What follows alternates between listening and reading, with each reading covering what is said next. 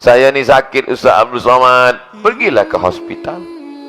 Orang dari tempat-tempat jauh pun datang ke Melaka. Awak ke Melaka nak apa? Nak melawat. Awak ke Melaka nak apa? Nak berubat. Datang berubat. Saya berubat sudah. Pergi kepada Tuan Syekh, Tok Guru minta doa. Sudah juga. Ada satu yang belum. Datang seorang sakit lutut. Lututnya bernanah. 7 tahun tak sihat-sihat. Dia datang menjumpai Imam Abdul Rahman Ibnu Mahdi. Imam Abdul Rahman Ibnu Mahdi, aku ni sakit, tak ada boleh sembahyang duduk. Lutut sakit bernanah. Apa ubatnya? Imam Abdul Rahman Ibnu Mahdi sembahyang sunat 2 rakaat. Selepas itu dia ingat hadis Nabi. Apa kata hadis Nabi? Dawu mardakum bis sadaqah. Obati orang yang sakit dengan bersedekah. Lalu dia sampaikan, ada hadis Nabi. Apa hadisnya? Obati orang sakit dengan bersedekah. Kalau engkau ingin sihat, engkau cari kampung yang susah dapat air, gurun pasir kering, engkau buat perigi. Orang Melaka sebut perigi juga. Kau buat perigi, kau buat tempat air. Maka dia cari kampung, dia buatkan tempat air. Selepas itu dia datang lagi kepada Imam Abdul Rahman Ibnu Mahdi. Imam Abdul Rahman Ibnu Mahdi, ya, lutut aku sudah kering, nanahnya sudah hilang. Orang yang tak, apa kata orang, apa ni, tak rasional. Apa hubungan perigi dengan lutut bernanah? Sakit datang dari mana? Dari Allah. Sihat datang dari mana? Dari Allah. Sulitkah bagi Allah mengeringkan lutut bernanah? Jangankan lutut bernanah, laut Melaka boleh kering. Apalagi lutut bernanah. Allah tinggal katakan saja kun fayakun. Jadi, maka sebenarnya apa yang inginkan Allah Ta'ala? Allah ingin menunjukkan dia kuasa. Aku kuasa, aku mampu untuk membuat apa yang tidak engkau mampu. Oleh sebab itu maka diantaranya, itu kan zaman dulu, Abdul Somad, zaman Abdul Rahman Ibnu Mahdi, dah lama dah. Zaman sekarang apa ada orang yang sihat kerana sedekah ini? Saya sampaikan tazkirah di Islamic Center Kampar Riau tentang hadis dawu mardakum bis sadaqah, obati orang yang sakit dengan sedekah.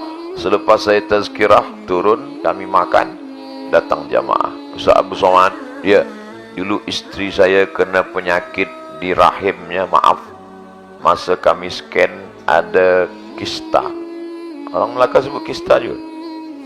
Sista, sis, pokoknya itulah dia. Sebesar duit.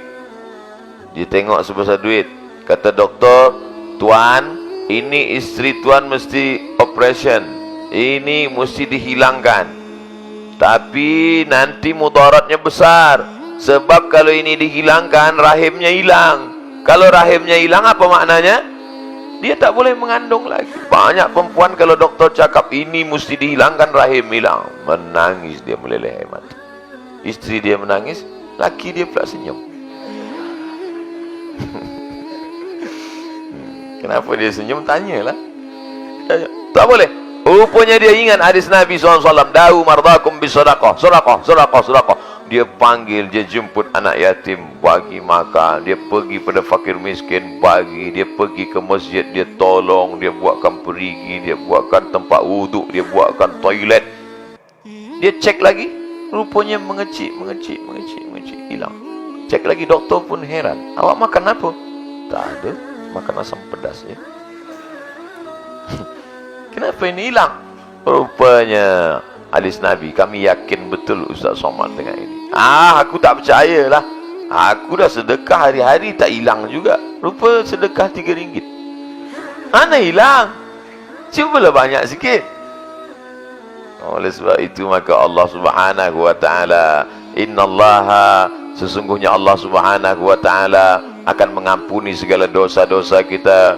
Wa yaghfiru ma duna dzalika liman yasha. Tapi Allah tak memberikan ampunan kepada orang yang syirik. Dosa-dosa kita ini, kalau Allah itu tidak ghafur, tidak rahim, tidak rahman, tidak, sudah lama kita ini rata dengan tanah. Kalau Allah hendak, kalau Allah berkuasa, sikit saja. Wa idzal biharu fujirat, ketika lautan diletupkan. Mohon maaf beribu maaf. Bukan doa, bukan pula menakut-nakuti tuan-tuan, bukan menakuti puan-puan. Kita ni duduk di tepi laut. Betul. Saya masa di hotel malam tadi, sampai petang semalam, saya buka tingkap, saya tengok, tepi laut. Ini kalau naik air ni ke atas, ini Saya ini di tepi laut nih. Saya ini di tepi laut nih sekarang. Kemudian kami pun naik ke atas tower. Naik ke tower, dijelaskan dengan guide. Apa kata dia? Ustaz Somad, kita ni di laut. Hah? Jadi bukan tepi laut? Bukan. Ini dulu ni air ni Ustaz. Kemudian ditimbun reklam. Maka tak ada lagi laut. Rupanya bukan pula tepi laut. Di tengah laut. Jadi kalau Allah berkuasa, na'udzubillah, dia guncang sikit aja tepi laut. Oh, habis. Allah masih sayang sama kita. Allah masih lagi kasih dengan kita. Maka kita jaga. Dan kalau Allah jatuhkan hukuman itu, yang kena bukan cuma yang jahat saja. Tsunami dulu manakala datang, apa dia tengok? Ini sembahyang, tak jadilah gitu. Nah, semua rata dengan tanah. Wattaqu fitnatan la tusibanna alladhina zalamu minkum khassah. Takutlah kamu pada azab Allah. Kalau dia datang, dia tidak menimpa yang jahat-jahat saja, yang baik-baik habis rata dengan tanah. Itulah maka ada penting amar ma'ruf nahi mungkar. Sebab azab Allah kalau datang, na'udzubillah. Bagaimana cara menolak azab ini? Dulu orang-orang tua-tua kita, datuk-datuk kita, ayah, mak, ibu, bapa kita, apa kata mereka? Mari kita banyak sedekah, sedekah tolak bala.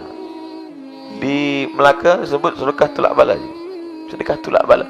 Saya sangka sedekah tolak bala ni tradisi nenek moyang orang Melayu sebelum Islam. Rupanya sedekah tolak bala ni ada dalam hadis Nabi Muhammad SAW. Shadaqatus sirri tadfa'u mitatassu'. Sedekah menolak bala dan sedekah menolak, menghilangkan, menjauhkan daripada mati, su'ul khatimah. Maka banyak-banyak sedekah. Sebenarnya kita sudah ditetapkan hari itu akan melanggar seekor kambing. Na'udzubillah. Kenapa Ustaz pilih kambing? Entah, tiba-tiba ingat kambing je. Sebenarnya hari itu takdir buruk. Tadi kan ada kita berdoa supaya dijauhkan dari takdir buruk.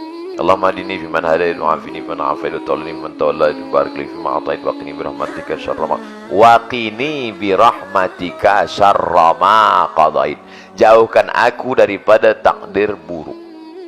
Doa kunut. Salah satu isi doa kunut, jauhkan aku daripada takdir buruk. Tertulis takdir kita hari itu untuk melanggar kambing. Rupanya subuh tu lupa doa kunut. Waqini syarra ma qadait. Itulah gunanya kita sembahyang berjamaah. Kita lupa, imam tak akan lupa. Imam lupa, kita ingatkan dari belakang. Macam mana cara mengingatkan imam? Subhanallah. Tapi rupanya hari itu dia lupa, imam pun lupa juga. Bagaimana kita nak hilangkan takdir buruk ini? Dengan sedekah, bukan somat. Dengan sedekah. Itulah makanya pagi. Setiap pagi malaikat mamin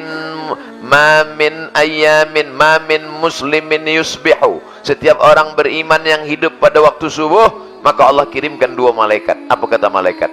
Allahumma ati munfiqan khalafa. Orang yang bersedekah hari ini, bagilah dia ganti.